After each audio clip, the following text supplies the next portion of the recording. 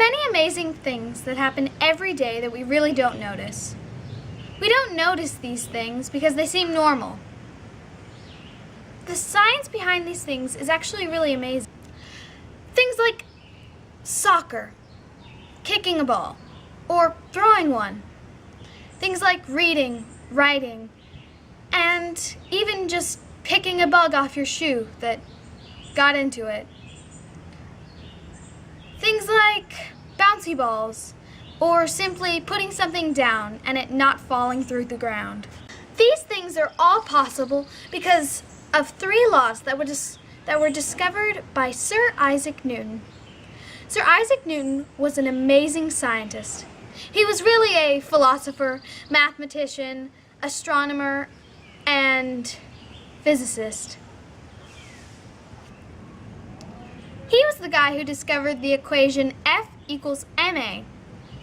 Force equals the mass of the object multiplied by how fast it needs to go, basically. Or force equals mass multiplied by acceleration. But that is the second law, and we're going to be talking about the first one. The first law states that an object in rest or in uniform motion will stay like that unless an external force is acted upon it. The definition of force is an influence on a body or an object that evokes movement, shape, and other things. And uniform motion is motion that takes the same degree throughout an object. For example, if I throw a ball to my friend, the ball moving through the air forward is uniform motion. This law means that if an object is moving, it will usually stay moving unless someone or something stops it. Or an object that is not moving will stay stationary unless something or someone moves it. These external forces can be external gas, a person, or something, wind like a natural thing, something hitting it or it hitting something, anything really. An example would be if a soccer ball is sitting on the ground, not moving, and someone kicks it. This may not seem like much, but if the ball had stayed where it was, stationary, and the person had not kicked it, it would not have moved. No external force is acting upon it. And that proves the first law of motion. That is the first law by Sir Isaac Newton. The second law has the most to do with math. This law states that the rate of change of momenta of an object is directly proportional to the force acting on it.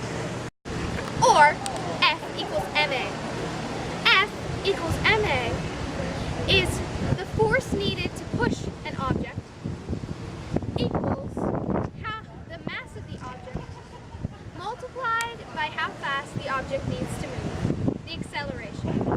In simpler terms, force equals mass multiplied by acceleration. Now, let's say that the ball had been kicked and it just kept going.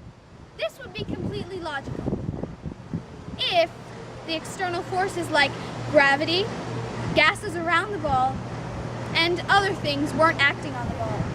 So instead it comes down, hits the ground, and stops. An example would be if you throw a baseball, and the baseball goes 2 meters per second, and it weighs 3 kilograms.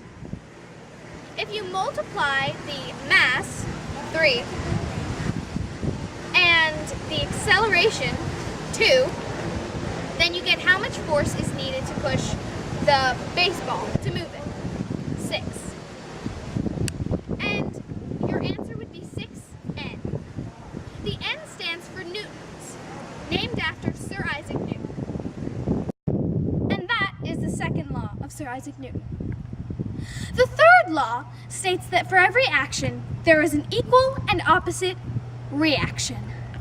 It is quite a common one. The definition of action is an exertion of force. And the definition of reaction is an action in response to some action.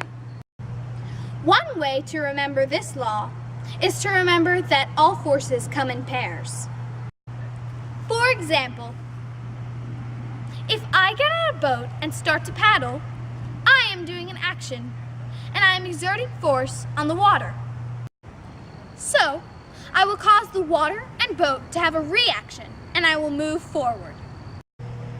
Another example would be if a friend and I were pushing against each other. We would both be doing an action, pushing against each other, and that would cause a reaction. We would both slide backward. Those are a few examples of the third law of motion. And that is all you need to know about Newton's 3 laws of motion. I hope you have gained a better understanding of how the world works.